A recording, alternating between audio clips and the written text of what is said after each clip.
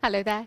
We've had 15 degrees today in parts of northeast Scotland. We're not going to see that temperature again, not for the next week or so, because if you haven't heard, autumn, or rather winter, could well be on the way for many of us in the next couple of days. At the moment, we've just had a massive cloud. It's not particularly warm. We've had some overnight frost anyway, and temperatures have struggled into the high single figures.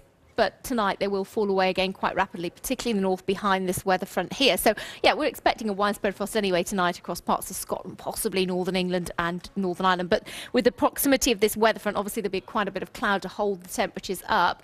Perhaps some evening frost in southern areas, but essentially here too, not as chilly as last night, just some mist and fog around. And fog could well be a problem through the central lowlands as well in the morning, and it'll be slow to clear. But Scotland looks set to have the brightest weather through the day tomorrow, although it will be a cold start as a payoff.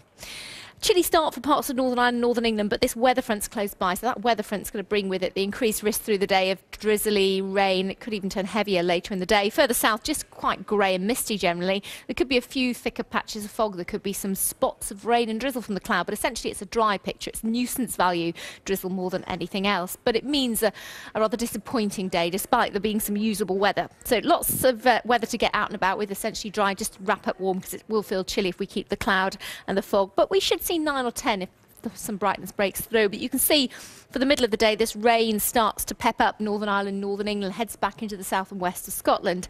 For the north and east, some fine dry weather, some sunshine, but we won't see the 15 we've had today. We'll struggle to see 7 or 8. Say about 9 or 10 in the south. So it could be that we see that weather front returning with some rain for Scotland's match against South Africa, the Rugby Union International there at Murrayfield tomorrow afternoon. But 5 degrees will be quite warm compared with what's heading our way next week across Scotland in particular. It digs its heels in on Monday. For most of us, Monday's the day of transition. It's a soggy start to the week for most parts. But for Scotland, by the end of the day, we start to pull in the Arctic air. So the showers will fall increasingly as snow, especially to lower levels away from the coast. For the rest of us, nothing to write home about. 8 to 10 degrees, much as we'll see this weekend, but actually quite soggy and windy. But it's in the north then. And through the night, that cold air sinks its way right across the country, so that by Tuesday morning we wake up with a widespread frost, increased risk of ice, and the showers increasingly turning to snow. Hello, we've seen 15 degrees in parts of eastern Scotland today. We're not going to see that temperature for several days now. It's going to get much colder. As for the rest of this weekend, well, it was a chilly start for some, and again we will have some patchy frost overnight, but with a lot of cloud generally.